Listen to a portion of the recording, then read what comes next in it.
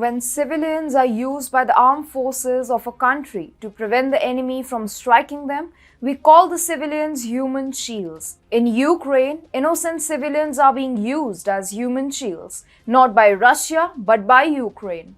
Hi and welcome to TFI Global, the foreign affairs and geopolitical analysis arm of the TFI Media Group. I'm your host Vedika. Let's begin.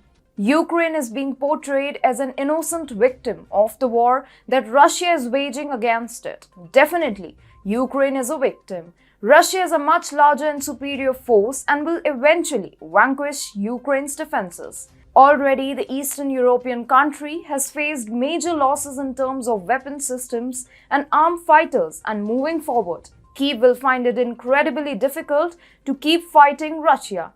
Most of those that are fighting Russian forces are Ukrainian conscripts. So, Kyiv is naturally getting desperate. Not only is the regime of Volodymyr Zelensky desperate, but so are Western powers puppeteering the Ukrainian president. The United States under Joe Biden and all of its NATO allies have invested several $billions to ensure that Ukraine keeps fighting to its last man standing. Ukraine is adamant it will not surrender. However, who is suffering due to such obstinacy on the part of Zelensky and his masters? The innocent people of Ukraine, who are beginning to hate their country and its armed forces due to what they are being put through. On Monday, German publication Der Spiegel published a 3-minute video of the evacuation of civilians from the Azovstal steel plant in Mariupol. Natalia Usmanova, who was employed at the plant before the war started and had sought protection here with her children and her husband, exposed Ukraine's armed forces for using civilians strapped within the plant as human shields and for holding innocent people hostage. The Azovstal steel plant has a heavy concentration of Azov militants currently holed up in its premises spanning over 10 square kilometers. In the video that has now been taken down by Der Spiegel, Usmanova said, "They kept us in the bunker. They hid behind the fact that they are supposedly concerned about our safety. They shouted at us and said, 'Go back to the bunker.'" Ukraine is now trying to suppress such information from being widely consumed by people around the world. Ukraine is surviving right now by pretending to be the innocent one. This is at one fault and is simply a victim of Vladimir Putin's madness.